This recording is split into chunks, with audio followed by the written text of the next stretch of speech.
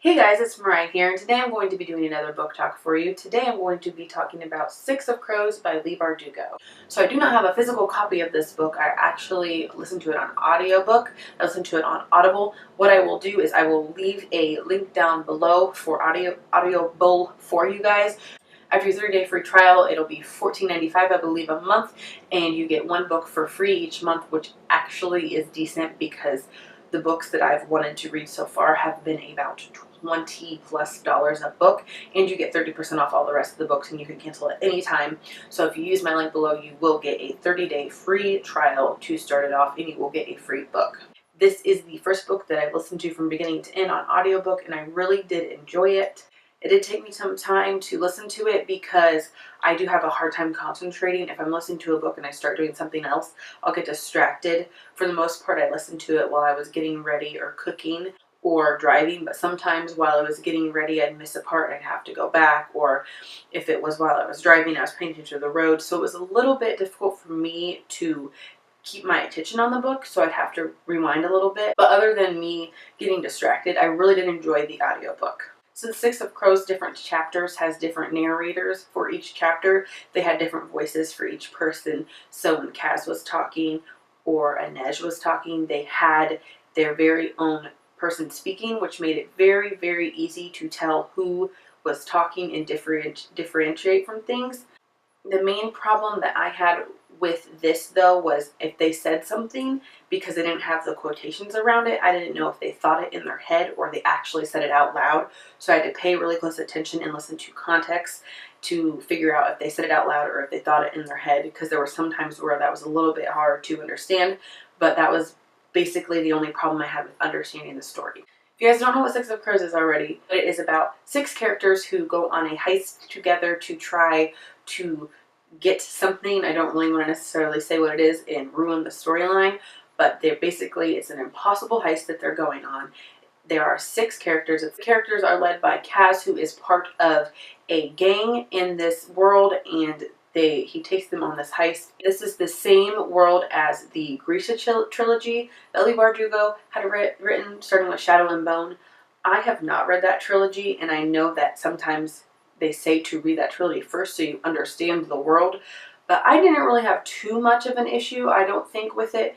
I'm sure there's things that I missed that I could have gotten if I read it first, but I didn't have very hard time with understanding things because as they came about, she did a really good job of explaining it, but not putting it in depth. So she did good world building, even though a lot of people already knew about the world. So it wasn't too much world building, but it was enough to where that I could understand it without having read the first trilogy. If you don't know about either of these books, this world, there are regular people and then there are Grisha. Grisha have magic and they have different types of powers. Some people in this cast that Kaz has are not Grisha and some of them are Grisha.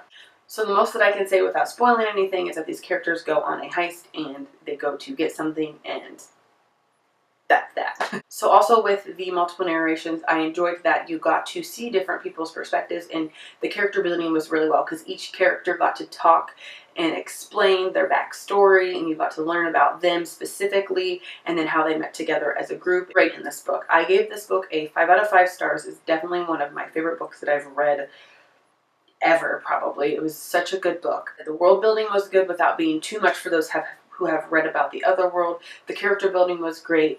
The friendship that these guys have built together, and then the relationships that start to take place, you can really see how much these guys care for each other, even the ones who didn't necessarily care for each other in the beginning, because these are misfits and criminals going together, so they obviously do not trust each other 100%, and you can just see how their trust and friendship grows throughout this book, and I really, really appreciate that. I'm going to go ahead and get into the spoilerly part, so I'm going to give everyone who has not read this book a countdown, and at the end of that countdown, I'm going to talk about spoilers for those who have read the book. If you have not, go ahead and leave now and come back, and we can discuss everything in the comments below once you've read it. So the first thing I want to talk about is the ships, because there are no no one's really in an actual relationship here, so I get why people ship so many people. You see these relationships begin with these people, but then you're kind of cut off at the end when Inej is taken and now they have to go rescue her, so you don't know what happened between these people. I find it really interesting how each ship has some type of barrier or problem that they're going to have to face in the next book. With Matthias and Nina, it's Nina being on the Jorda Param and her having to come off of it. And with Kaz and Inej, Inej was taken away, so now they have to go find her.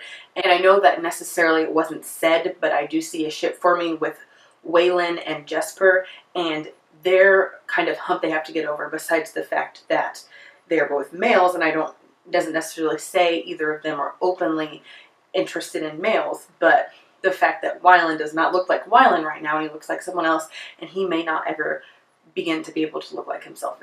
So I noticed totally skipped to the end of the book, but that's because I just finished it, and I was thinking at the end about how all of these things were so interesting, and how she was able to, within these groups of people, individually have all these problems, and as a whole have all these problems, and then in their relationships and friendships have all these problems, and everything intermingling. And I cannot wait to pick up Crooked Kingdom to figure out how these things are resolved, because this book was so interesting.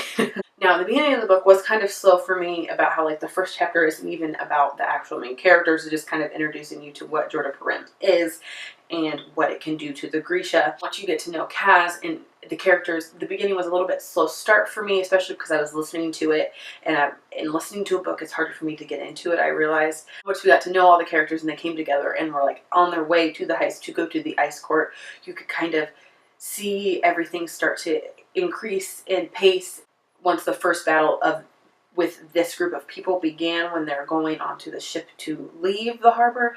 You can kind of see how it just picks up the pace. The audiobook did a really good job with all of the action scenes and fight scenes, with keeping your interest and kind of making the pace. You could kind of, the tone was a little bit higher, so you could tell that, oh, this is, something's about to happen, and it just kind of went really well with the book and the story. And I do like how it kind of went back from past to present with what happened before to each character and what's happening now. And then you kind of get to see where they are now and their relationships. And I thought that was super interesting. Now, I must say my favorite character by far is Inej. I think she's such a freaking badass, and I love her so much. And I really do love her vulnerable side when it comes to Kaz, how she can kind of see through his hard shell. She still tells him, if I can't have all of you, then I don't want you at all. She still stands her ground. She's still a strong woman, and was like, if you're not going to be for me everything I need you to be, then I can't be with you. And I feel like that was a really strong point on who her character is. The fact that she can so fully basically love someone without really saying it, but be like, look, if you aren't going to love me as much as I deserve to be loved, then I don't even want anything to do with any type of relationship with you. I love that the women in this book are such badass. Nina and Inej are two of the most badass female characters I've seen, and I love that at the end Nina is like, you know what, screw this, I'm going to save you guys, I'm going to take this Jorda Param and I'm going to fight it, because if not, we're not going to get out of this. I know I kind of jumped from the end and kind of backtracked a little bit, but that's just kind of because I just finished the book and that's kind of where my mind was and where I just kind of went with it. If there's anything else you find interesting in the book, leave a comment down below so we could talk about it, because I really love talking about different characters in the book and how you think things are going to go if you haven't read Crooked Kingdom. If you haven't read Crooked Kingdom, please don't spoil anything for me, because I don't want to know what's going to happen. But if you haven't read it and you just read the first one, talk to me about what you think is going to happen. I will be reading Crooked Kingdom, I believe, probably next month or the month after that. I do want to get that on audiobook. Right now, I'm listening to The Underground Railroad. So that's going to do it for today's book talk. I will see you guys next time. Thanks so much for watching. Bye.